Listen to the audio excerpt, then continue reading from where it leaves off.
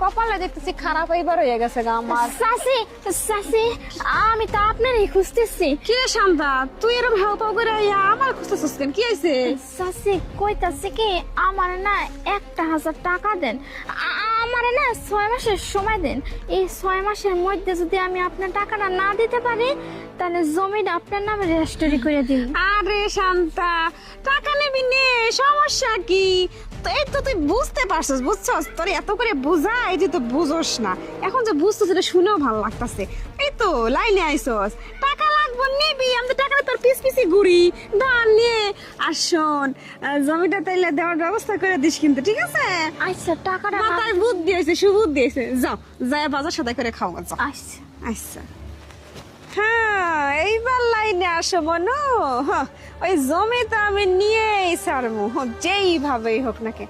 এ সব আমার, ওই জমিটুক খালি আমার না, ওই জমিটাও আমার হইব।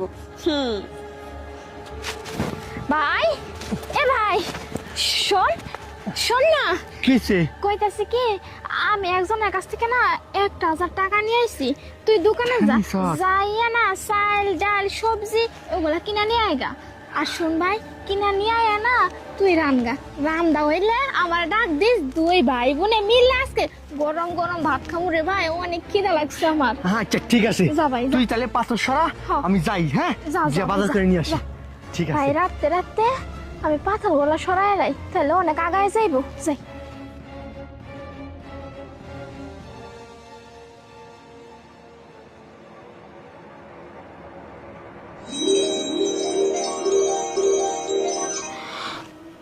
আরে আমি এটা কি দেখতেছি? ওই বদলি থেকে সোনার কয়েন বেরিয়েছে।